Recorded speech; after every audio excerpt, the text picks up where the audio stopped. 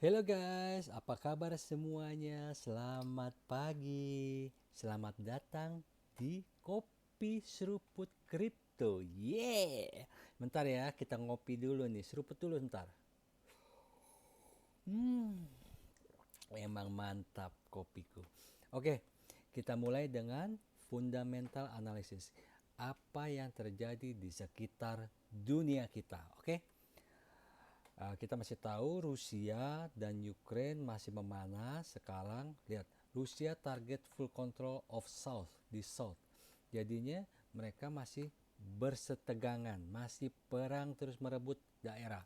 Jadi uh, oil juga, Rusia salah satu produsen oil terbesar, dan negara-negara lain harus membeli oil dengan mata uangnya Rusia. Oke, jadi mau nggak mau tidak bisa disanction. Nah, selain itu akan merembet ke inflasi karena minyak oil susah didapat, harga-harga pangan semuanya otomatis akan naik dan mempengaruhi inflasi di negara-negara Eropa maupun di Amerika. Dan kita mulai nampak Indonesia juga mulai kena serempet-serempet dikit sebenarnya. Consumer price in US top focus stalking inflation concern. Jadinya sangat memperhatikan. Beberapa hari yang lalu, kayaknya bulan ini, dia menaikkan suku bunga di Amerika 0,5%, dan kemungkinan bisa 0,75 yang yang akan datang gitu loh, kalau inflasi tetap merajalela. Jadi kita harus up to date tentang uh, apa suku bunga itu dinaikkan atau tidak, supaya menjaga untuk inflasi jangan sampai berkelanjutan. Oke, habis itu kita juga kita akan menganalisa, ada permintaan dari komen-komen tentang BNB. BNB, oke, BNB. Pertama, ya otomatis kalau seluruhan market crypto pasti turun ya, maupun Bitcoin maupun altcoin maupun mata uang exchange juga semuanya turun otomatis ya. Beberapa yang naik, cuman keseluruhan overall turun. Nah, di monthly biasa aku analisa di monthly terlebih dahulu. Saya menandai garis support-supportnya di monthly, karena monthly adalah keseluruhan garis besarnya. Jadi saya harus, kemungkinan besar ini adalah big supportnya. Nah, kita juga, saya akan nandain juga resistennya, jangan lupa. Oke, setelah ini gampang kan, baru saya pindah ke time frame yang lebih kecil, which is weekly. Nah, dari sini kita betulin, kita mentok-mentokin kira-kira ya. Oke, ini kita mentokin resistennya juga, kira-kira saja, jangan mentok-mentok juga nggak apa-apa. Terus kita kasih trendline lah, trendline kira-kira aja, bisa salah, kemungkinan besar 100% salah, tapi kira-kira saja, kira-kira saja. Oke, bentar.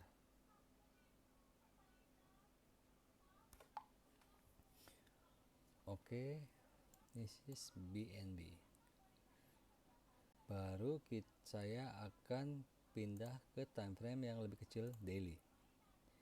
Jangan kaget ya kalau BNB, ya kebanyakan sih, banyak yang waktu itu teman-teman juga banyak yang beli di sekitaran harga tinggi-tinggi sini lah, 500 ke atas lah, 480 sampai ini, ya nyangkut sampai sekarang. Udah setahun lebih lah dari sini nih, dari 2001 April kebanyakan dia turun, tahan, naik lagi, naik disangkain akan tembus, akan break high lagi, ternyata tidak, dia double top, terusnya dia turun lagi sampai sekarang. Nggak tahu nih apakah ini akan sentuh support kuatnya di sini. 261 $261 di support satunya. Kalau dia ekstrim ke $6, cuman jauh sih kayaknya sih, ekstrim sekitar 200-an menurut saya sih begitu. Jadi ini edukasi aja ya guys ya, bukan saran investasi atau apapun. Dior, do your own research. Ini hanya sebagai masukan saja ya, pembelajaran, edukasi. Jadi oke, sekiranya saya punya planning sekiranya saya punya 100 juta saya lokasikan untuk BNB. Nah, saya selalu menyisipkan tidak all in. Jadi kalau saya punya 100 juta, saya tidak all in di harga $260 di sini supportnya. Saya akan masuk 20% dulu. 20% di harga 261. Oke, saya tulis support 1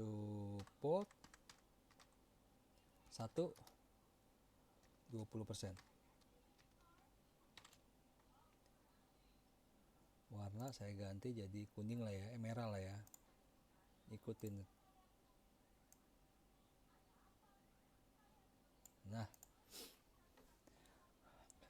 kalau hal terburuk terjadi, saya akan gambling support 2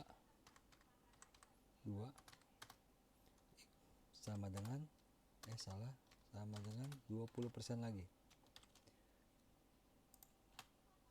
Oke. Which is di sini 20% ya.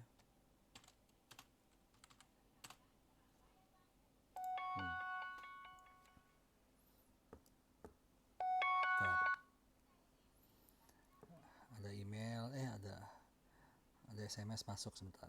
Bentar.